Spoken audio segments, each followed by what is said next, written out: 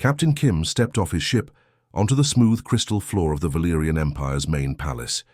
He had made this journey many times before, always for the same boring reason: trade agreements. The Valyrians wanted Earth's rare metals, and humans needed their advanced technology. It was simple business, nothing more. But something felt different this time. The usual crowds of alien diplomats were nowhere to be seen. The grand hallways that normally buzzed with activity stood empty. Even the ceremonial guards seemed nervous, their 6 eyes darting around as if expecting trouble. Kim adjusted his uniform and walked toward the meeting room where trade talks usually happened. He had prepared for hours, studying market prices and shipping routes. His briefcase contained charts and documents that would make both sides happy. At least that was the plan. A tall Valyrian guard appeared in front of him suddenly. These aliens always moved too quietly for Kim's comfort. The guard's blue skin shimmered under the crystal lights, but his expression looked serious. "Captain." "Kim," the guard said in broken human language. "Empress wants you now, very important." Kim frowned. The Empress never got involved in trade talks. That was what ministers and advisors were for. Royal families stayed away from such ordinary business. Something was definitely wrong. "I think there's been a mistake," Kim said slowly. "I'm here for the monthly trade meeting with Minister Zalon." The guard shook his head firmly. "No mistake. Empress Naya calls for you. Follow me." Kim had no choice but to follow. They walked through corridors he had never seen before, deeper into the palace than any human had ever been allowed. The walls here were not just crystal, but living crystal, that pulsed with soft light. It was beautiful and unsettling at the same time. They stopped in front of massive doors that reached up to the ceiling. The guard pressed his hand against a smooth panel, and the doors slid open without a sound. Inside was the most magnificent room Kim had ever seen. The throne room of the Valyrian Empire. Empress Naya sat on a throne made of pure white crystal that seemed to glow from within. But Kim immediately noticed something wrong. The Empress looked sick. Her scales, which he had seen in pictures shining like jewels, were now dull and grey. Her movement seemed slow and tired. "Captain Kim," she spoke, and her voice echoed strangely in the huge room. "Thank you for coming. Please come closer." Kim walked forward carefully. He had never been this close to alien royalty before. The Empress was much larger than he had expected, easily twice his height even while sitting, but her eyes looked desperate, almost pleading. "Your Majesty," Kim said, trying to remember the proper way to address Valyrian royalty. "I was told you wanted to see me about trade matters." Empress Naya let out a sound that might have been laughter, but it sounded more like sadness. "Trade matters," she repeated. "If only it were that simple, Captain Kim. I did not call you here to discuss metal shipments or technology exchanges." She stood up from her throne, and Kim could see how much effort it took her. Her massive form towered over him, but somehow she seemed fragile. "I called you here because my empire is dying, Captain Kim, and you might be the only one who can save it." Kim stared at the Empress, trying to understand what she meant. How could his empire be dying? The Valyrians were one of the most powerful species in the galaxy. They had technology that made Earth look like it was still in the Stone Age. "I don't understand, Your Majesty," Kim said carefully. "Your empire seems strong to me.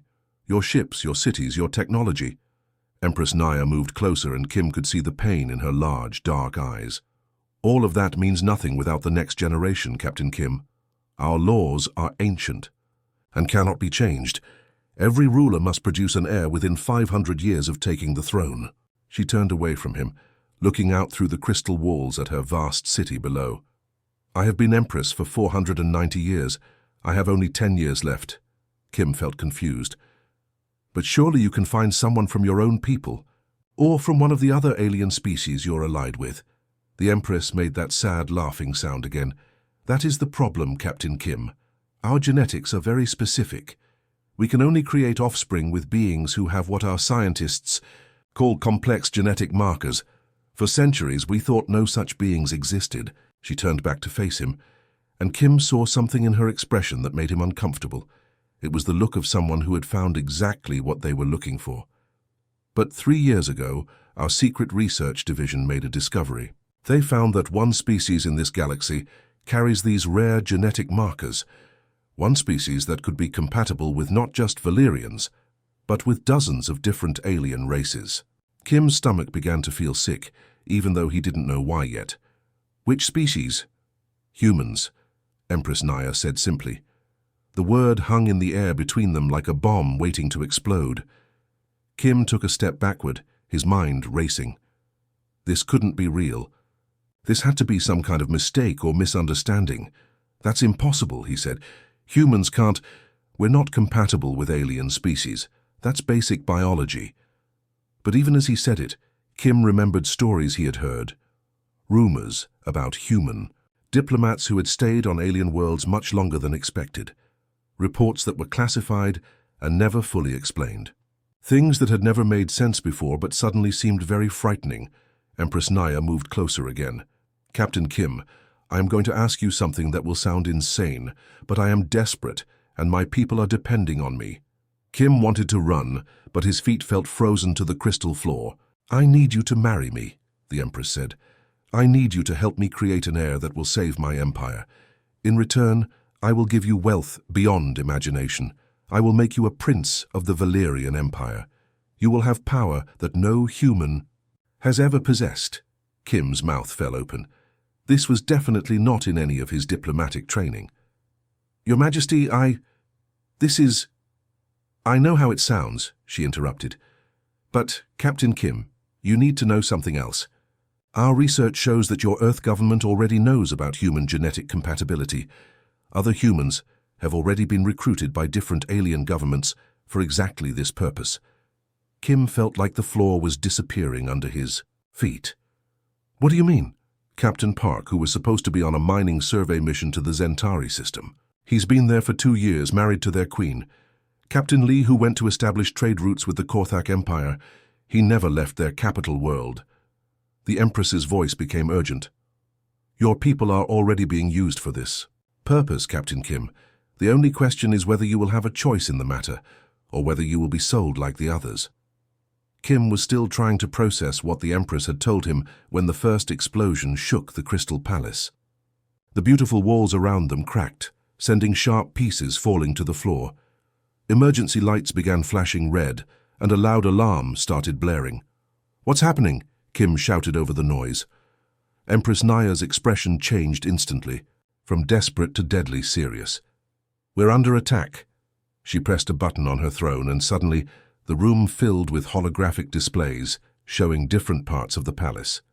Kim could see armed figures in black armor storming through the corridors. Your Majesty, we must get you to safety, said a guard who had rushed into the throne room. But the Empress shook her head.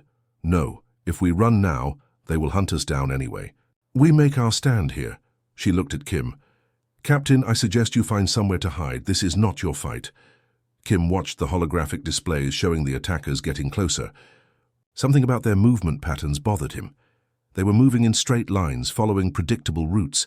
It reminded him of military exercises he had seen. Too organized, too rigid.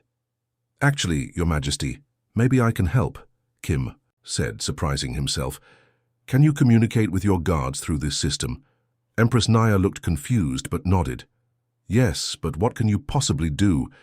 You're not a military commander. Kim studied the displays more carefully.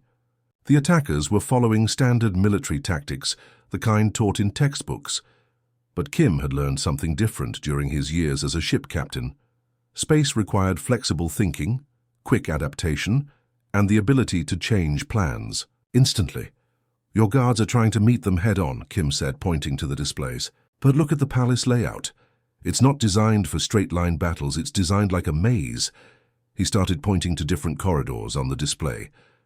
If we have your guards fall back to these positions and create crossfire patterns, here and here, we can trap them in the crystal corridors where they can't retreat easily.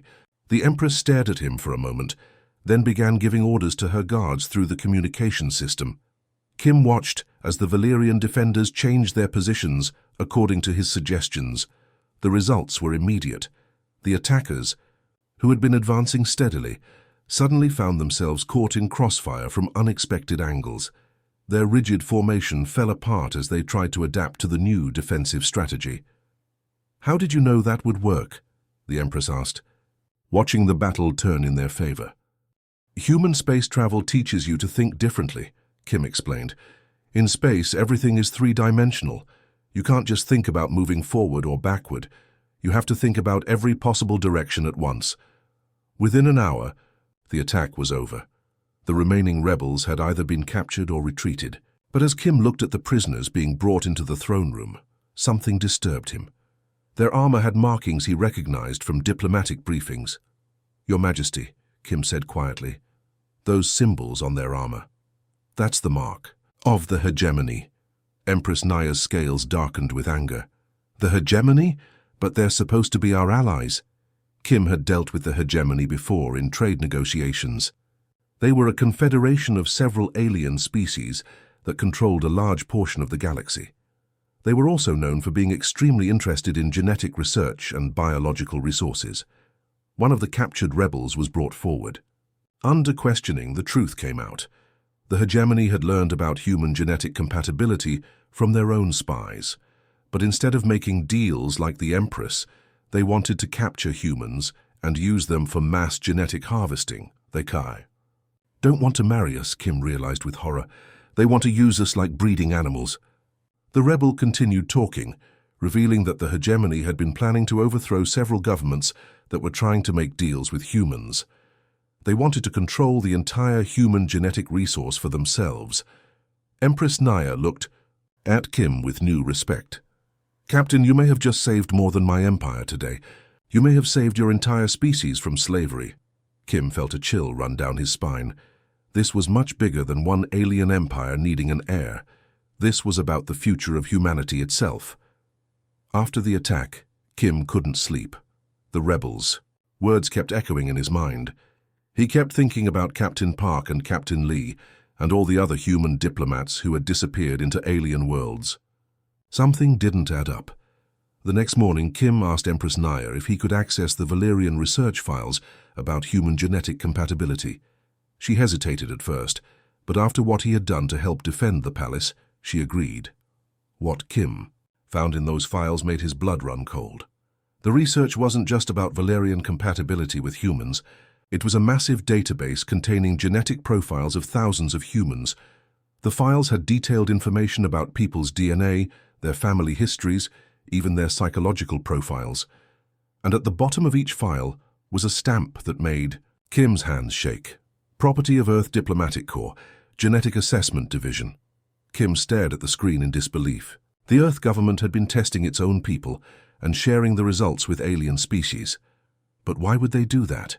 He dug deeper into the files, using his diplomatic access codes to unlock more classified information.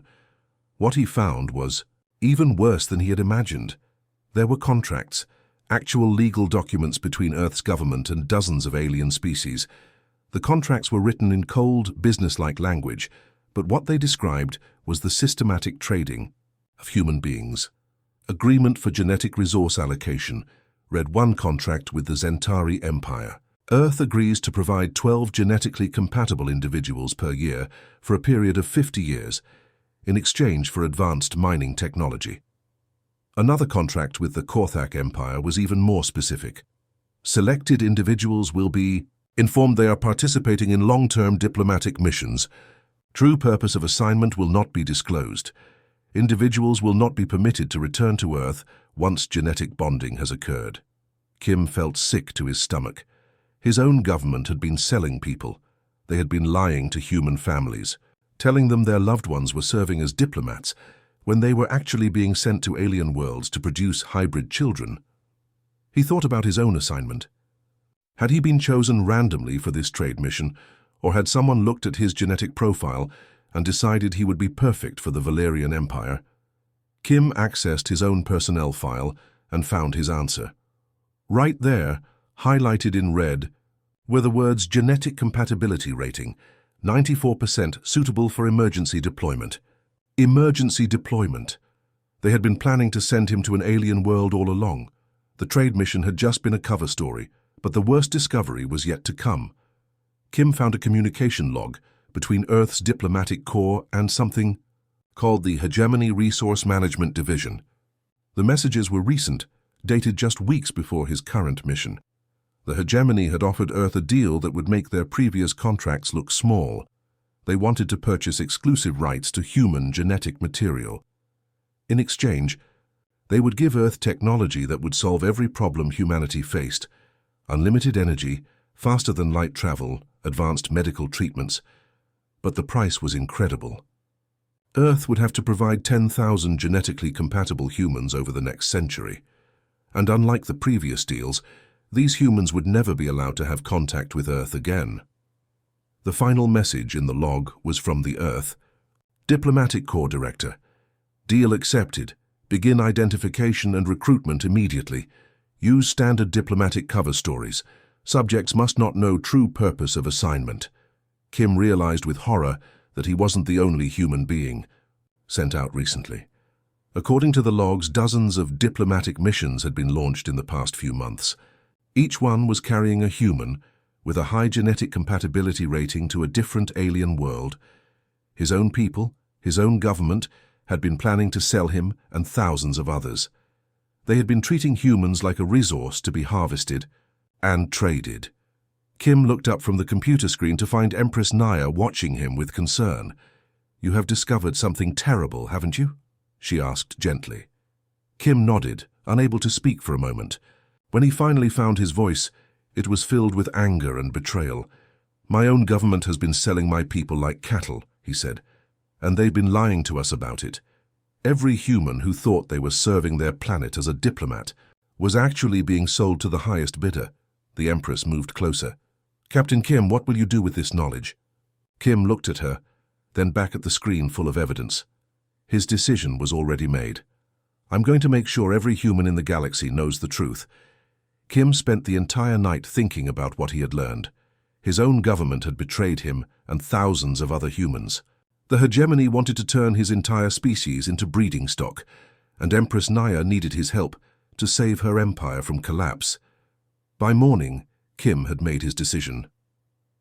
"I'll marry you," he told the Empress when she came to check on him. "But I have conditions." Empress Naya's scales brightened with hope, but she remained cautious. "What kind of conditions?" Kim pulled out a tablet and showed her a document he had been working on all night. "This isn't just about saving your empire anymore. This is about saving my entire species from slavery." The document was unlike any diplomatic agreement Kim had ever written. It wasn't just a marriage contract. It was a declaration of human rights across the galaxy.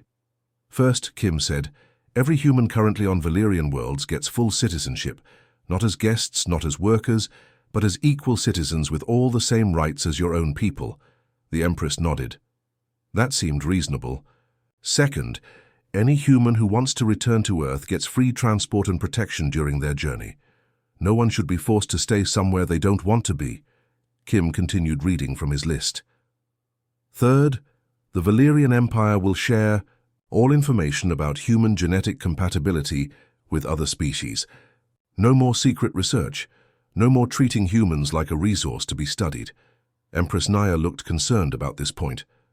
"Captain Kim, if we share that information, other species might try to take humans by force. That's why we need the fourth condition," Kim said. "The Valerian Empire will become the official protector of human rights throughout the galaxy. Any species that tries to exploit humans will be considered an enemy of your empire." The Empress was quiet for a long moment, thinking about what Kim was asking. It would mean committing her empire to defend humans everywhere, not just the ones living on Valerian worlds. "There's one more thing," Kim said. "Our wedding needs to be broadcast across the entire galaxy. Every human on every world needs to see what's happening. They need to know that humans can be partners, not property." Kim had thought about this carefully. Right now, most humans scattered across alien worlds didn't even know they had been sold. They thought they were diplomats or workers or researchers doing important jobs for Earth. The broadcast would wake them up to the truth, but it would also show them that there was hope. "You want to turn our wedding into a political statement," the Empress said. "I want to turn our wedding into a declaration of independence," Kim replied, "for every human in the galaxy." Empress Naya was quiet for several minutes, reading through Kim's document. Finally, she looked up at him with something that might have been admiration. "Captain Kim, what you're asking for could start a war. The hegemony won't accept losing their human breeding program. Earth's government won't like losing their profitable trade deals. Other species who have been using humans will be angry. Kim met her gaze steadily. Your Majesty, the war has already started. The only question is whether humans will fight it as slaves or as free people. The Empress made her decision. I accept your conditions, Captain Kim. All of them. 3 days. Later, the wedding ceremony began, but this wasn't like any royal wedding in Valyrian history. Instead of being held in the traditional private ceremony hall, it took place in the Crystal Plaza, where thousands of people could watch in person. More importantly, it was being broadcast live to every world in the galaxy. Kim stood at the altar, wearing a modified Valyrian ceremonial robe, but he had insisted on keeping his human military insignia visible. This wasn't about him becoming alien. It was about humans standing as equals. As the ceremony began, Kim could see the broadcast displays showing humans on dozens of different worlds, watching in amazement. Many of them were learning the truth about their situations for the first time. On the mining world of Kepler 442, Captain Jung stopped his survey work to watch the broadcast with tears in his eyes. He finally understood why he had been sent to a planet with no other humans. On the research station orbiting Proxima Centauri, Dr. Min realized why her long-term assignment had no scheduled end date. Across the galaxy, thousands of humans were waking up to the truth. But instead of despair, they were seeing hope. They were seeing one of their own standing as an equal partner with alien royalty, demanding rights for all humans everywhere. When Kim and Empress Naya spoke their vows, they weren't just joining two people together. They were creating the first real alliance between humans and aliens, based on equality rather than exploitation. The message was clear to everyone watching. Humans were no longer for sale. The wedding ceremony was going perfectly, according to Valyrian tradition. Empress Naya had just finished reciting the ancient binding words when Kim stepped forward to give his own vows. But instead of following the traditional script, he looked directly into the broadcast cameras. My fellow humans, Kim began, his voice carrying across the galaxy, wherever you are watching this, I need you to know the truth about why you're really there. The crowd in the Crystal Plaza fell silent. This wasn't part of any wedding ceremony they had ever seen. Even Empress Naya looked surprised, though she had agreed to let Kim speak freely. Kim pulled out a data pad containing all the evidence he had discovered. Many of you think you're serving Earth as diplomats, researchers, or trade representatives. You believe you're doing important work for humanity's future among the stars. On dozens of worlds, humans stopped what they were doing to listen more carefully. Something in Kim's voice told them this was important. But I have discovered the truth, Kim continued, his voice growing stronger. Our own government has been selling us. Earth's diplomatic corps has been trading human beings to alien species in exchange for technology and resources. The reaction was immediate. On the mining world of Titan 7, Captain Su dropped his geological scanner. He had been told he was conducting a 5-year mineral survey. But it had been 7 years, and every time he asked about going home, the administrators found new reasons to extend his mission. They tested our DNA without telling us, Kim said, holding up official Earth documents for the cameras to see. They identified who among us would be genetically compatible with alien species. Then they created fake diplomatic missions to get us off Earth and deliver us to alien governments. On the research station orbiting Wolf 359, Dr. Han felt sick to her stomach. She remembered the mandatory medical exam before her assignment. The doctors had taken so many blood samples, saying it was for standard health screening. Now she understood what those tests were really for.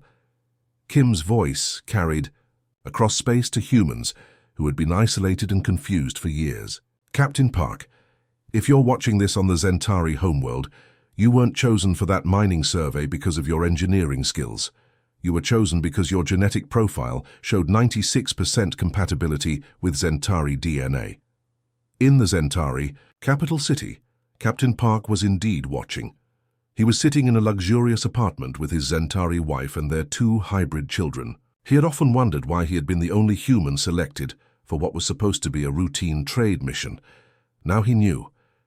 Captain Lee, Stationed with the Korthak Empire, Kim continued, your assignment to establish trade routes was never meant to be temporary. The contract Earth signed with the Korthak government specifically states that you would never be allowed to return home once genetic bonding occurred. Captain Lee, watching from the Korthak capital, felt his world crumble around him. He had been married to a Korthak noble for 3 years now. Every time he asked about visiting Earth, he was told that political tensions made travel impossible. He had never suspected it was because Earth had sold him permanently. The worst part, Kim said, his anger now clearly visible, is that Earth's government is planning to expand this program. They have agreed to provide 10,000 humans to the hegemony over the next century. 10,000 of our people who will be told they're going on diplomatic missions, but who will actually be sent to breeding facilities. The broadcast was having exactly the effect Kim had hoped for. On world after world, humans were connecting with each other, sharing their stories, and realizing they had all been victims of the same deception. On the agricultural world of Kepler 438, 37 humans who had been working separate research projects for the past 4 years suddenly understood why they had never been allowed to communicate with each other or with Earth. On the industrial moon of Europa 2, 15 humans, who thought they were training alien workers in Earth manufacturing techniques, realized why their alien supervisors had been so interested in their family histories and genetic backgrounds. Kim held up another document. I have copies of all the contracts. I have proof of every deal Earth's government made, and I'm sharing all of this information with every human in the galaxy right now. As he spoke, data packages were being transmitted to every world where humans were stationed. The evidence was overwhelming and undeniable. But here's what our government didn't count on, Kim said, his voice now filled with determination. They thought they could scatter us across the galaxy and keep us isolated and ignorant. They thought we would never figure out what was really happening. He looked directly into the camera. They were wrong. Starting today, we're not victims anymore. Starting today, we're not property to be traded. Starting today, we take control of our own destiny. The effect was immediate and dramatic. On dozens of worlds, humans began refusing to continue their assigned work. They demanded answers from their alien supervisors. They insisted on communicating with other humans on their worlds. The uprising had begun, sparked by a wedding broadcast. That had become a declaration of independence for humanity itself. The broadcast had been over for only 6 hours when the first reports started coming in. Humans across the galaxy weren't just angry, they were organizing. On the mining colony of Vega Prime, Captain Sue had gathered all 15 humans who were supposedly working separate research projects. They had never been allowed to meet before, but now they realized why. Together, they were a formidable group. Engineers, doctors, scientists, and military officers who had been kept apart to prevent exactly what was happening now. We're not leaving our posts, Captain Sue announced to the Vegan administrators who tried to separate them. But we're not working under false pretenses anymore either. We want full disclosure about why we're really here, and we want the right to choose whether we stay or go. Similar scenes were playing out on dozens of worlds. On the research station orbiting Proxima Centauri, Dr. Han had discovered that 3 other researchers were actually there for the same genetic compatibility reasons she was. They barricaded themselves in the communications center and began broadcasting their own messages to other human outposts. This is Dr. Han calling all humans in the Proxima system. Her voice crackled across space frequencies. We are not alone and we are not helpless. Connect with each other. Share information. Don't let them keep us isolated anymore. Back on the Valyrian homeworld, Kim was monitoring the situation with growing amazement. What had started as his personal act of defiance was becoming a galaxy-wide human rights movement. Your people are remarkable, Empress Naya told him as they watched incoming reports. In just one day, they have organized resistance movements on 47 different worlds. But the most significant development was happening much closer to home. 3 months after the wedding, Empress Naya made an announcement that changed everything. I am carrying an heir, she told the Valyrian Council with joy in her voice. The future of our empire is secure. I am carrying an heir, she told the Valyrian Council with joy in her voice. The future of our empire is secure. The news spread rapidly across Valyrian space. The empire that had been facing extinction now had hope for the future. But Kim understood that this meant much more than saving one alien government. "Our child isn't just going to be a Valyrian heir," Kim told Naya privately. "They're going to be proof that humans and aliens can be true partners, not master and slave."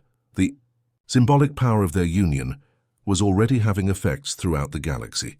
Other alien species that had been exploiting humans were suddenly facing uncomfortable questions from their own populations. On the Zentari homeworld, Captain Park had become something unexpected, a political figure. His marriage to a Zentari, noble, which had originally been arranged by secret deal between governments, was now being held up as an example of genuine cooperation. "I choose to stay here," Captain Park announced in his own broadcast to the galaxy. "But I'm staying as a free human who made his own decision, not as property that was sold by Earth. My children will grow up knowing they come from two proud species that chose to work together." Similar declarations were coming from humans across the galaxy. Some chose to return to Earth, using the transportation and protection that Empress Naya had promised, but many others chose to stay on their adopted worlds, now as recognized citizens rather than secret trade goods. The movement was growing stronger every day. Humans who had been isolated and confused were now organizing into networks that spanned entire star systems. They were sharing resources, providing support for each other, and most importantly, they were refusing to be treated as commodities. The alien species that had been benefiting from Earth's human trafficking program were forced to make a choice. They could try to maintain the old system by force, which would mean fighting a war against increasingly organized human populations. Or they could adapt to the new reality and treat humans as equals. Most chose adaptation. The alternative was too costly. But the biggest change was happening to humanity itself. For the first time in their species' history, humans were thinking of themselves as a truly galactic people. They weren't just Earthlings who happened to be scattered across space. They were citizens of the galaxy, who deserved the same rights and respect as any other intelligent species. Kim watched reports of human communities forming their own governments. On distant worlds, human representatives demanding seats in alien councils, and human families choosing to stay together on worlds millions of miles from Earth. "We're not just fighting for our freedom," Kim realized as he watched his people transform themselves from victims into leaders. "We're creating a new definition of what it means to be human." The child growing in Empress Naya represented more than the future of the Valyrian Empire. It represented the future of human-alien relations throughout the galaxy. A future based on choice, respect, and true partnership rather than exploitation and deception. The uprising had become something greater than anyone had imagined. It had become the birth of humanity as a truly galactic civilization. 6 months after the wedding broadcast, Kim had transformed from a simple trade captain into one of the most powerful humans in the galaxy. His new title was Empress Consort of the Valyrian Empire, but the role he had created for himself was much more important than any royal position. Kim had established something that had never existed before: the Human Liberation Coalition. It wasn't a government or a military organization. It was something entirely new, a network that connected every human in the galaxy, regardless of which world they lived on or which alien species they lived among. The coalition's headquarters was built right inside the Valyrian Palace, in a wing that Kim had designed specifically for human needs. But the real power of the organization wasn't in its building, it was in its communications network. Captain Sue, reporting from Vega Prime, came a voice through the quantum communication system that Kim had convinced the Empress to build. "We've successfully negotiated full citizenship rights for all humans on this world. The Vegan government has also agreed to pay reparations for the years we worked under false pretenses." Kim smiled as he marked another success on his galaxy-wide map. 43 worlds had now officially recognized human rights and ended their exploitation programs. It was progress, but there was still much work to do. Dr. Hahn, calling from Proxima. "Station," came another voice. "We have a situation here.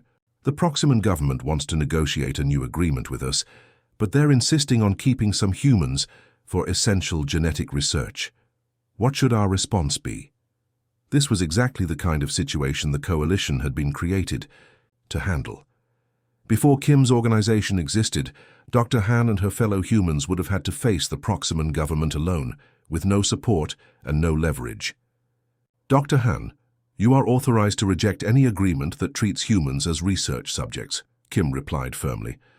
Remind the Proximan government that the Valyrian Empire has pledged to protect human rights throughout the galaxy. If they want to continue their research, they can apply for voluntary participation programs with full informed consent and fair compensation. Kim had learned to use the Valyrian Empire's power carefully but effectively. The Empire was one of the strongest military forces in the galaxy, and Kim's position as Empress Consort gave him the authority to speak for that power. But he was careful never to threaten war unless absolutely necessary. Instead, Kim had discovered something much more effective than military threats. He had realized that humanity's genetic compatibility, which had made them victims, could also make them the most valuable allies in the galaxy. Your Majesty, came a transmission from the Andromedan Council, we would like to request a formal meeting with the Human Liberation Coalition. We are interested in establishing a partnership agreement. Kim had been receiving similar requests for weeks. Word had spread throughout the galaxy that the Valyrian-Human Alliance was producing remarkable results. Not just the royal heir that had saved the Valyrian Empire, but also new technologies, new ideas, and new solutions to problems that had puzzled alien species for centuries.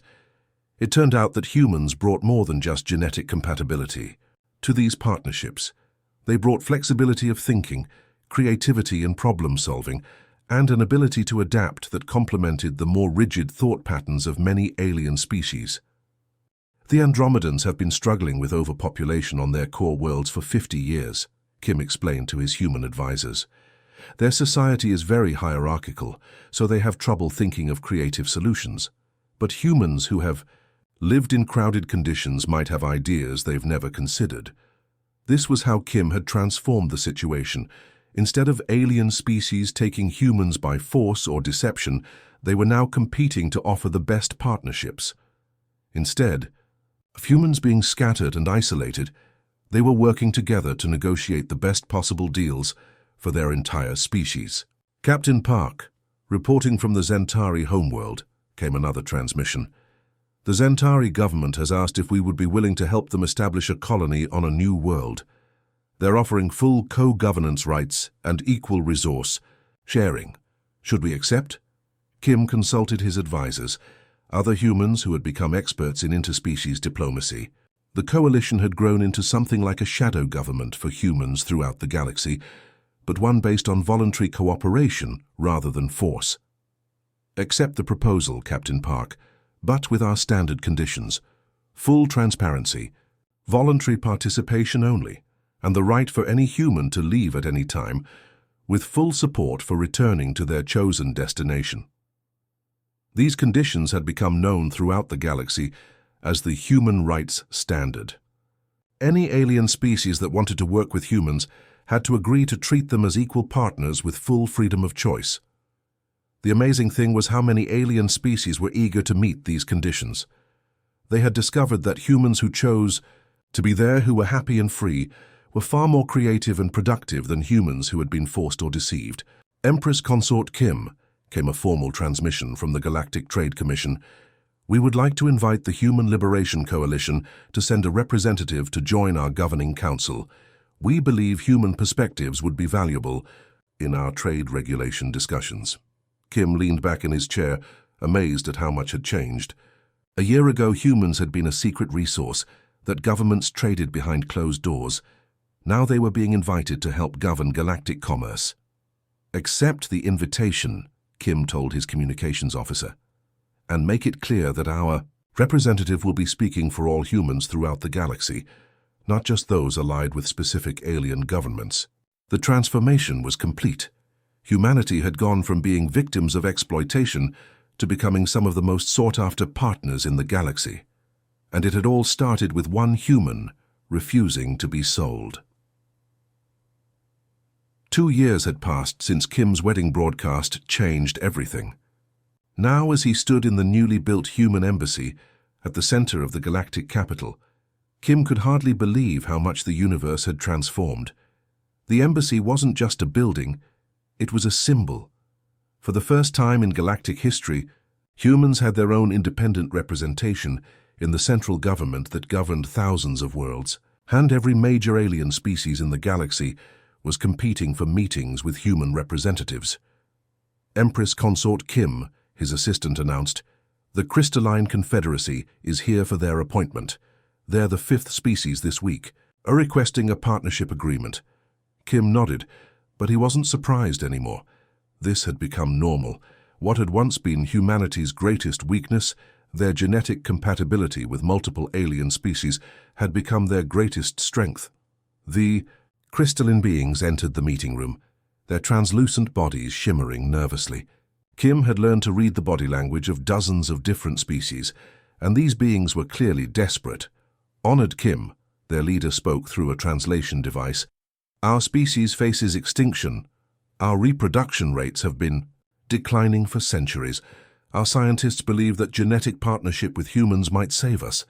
Kim listened patiently. He had heard similar pleas from dozens of species.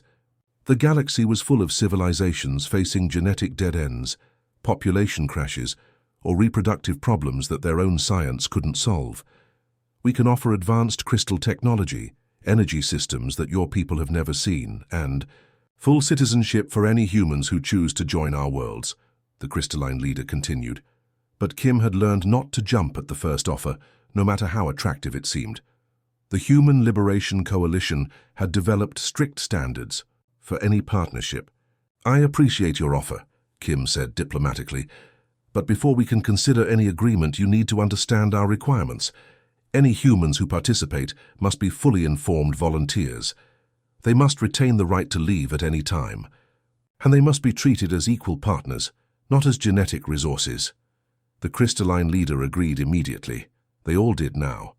Word had spread throughout the galaxy about what happened to species that tried to exploit humans. The hegemony, which had once planned to harvest humans for mass breeding programs, had found their entire confederation boycotted by other civilizations. Their economy had collapsed within months. After the crystalline delegation left, Kim walked to his office window and looked out at the bustling galactic capital below. The scene would have been impossible to imagine just a few years ago. Human diplomats walked alongside alien dignitaries as equals. Human businesses operated throughout the commercial district. Human families lived openly in the residential areas, their hybrid children playing with alien youngsters in the parks. "Sir," his communication officer called out, "we're receiving the monthly report from Earth." Kim tensed slightly.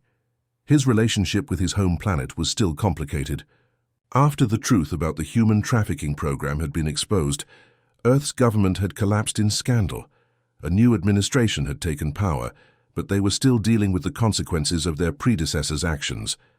"What's the status?" Kim asked. "Earth is requesting permission to join the Human Liberation Coalition," the officer reported. "They want to participate in the galactic partnership programs." Kim almost laughed. Earth, which had once sold its people to alien governments, was now asking to join the organization that had been created to protect humans from Earth's own betrayal. "Tell them they can apply like any other government," Kim replied. "But they'll need to meet the same standards we require from alien species. Full transparency, respect for human rights, and no exploitation." The irony wasn't lost on Kim. Earth would have to prove to its own people that it could be trusted to treat humans fairly. His thoughts were interrupted by a gentle touch on his shoulder. Empress Naya had entered the office, carrying their 6-month-old daughter. The child was beautiful, with her mother's luminescent scales and her father's curious human eyes.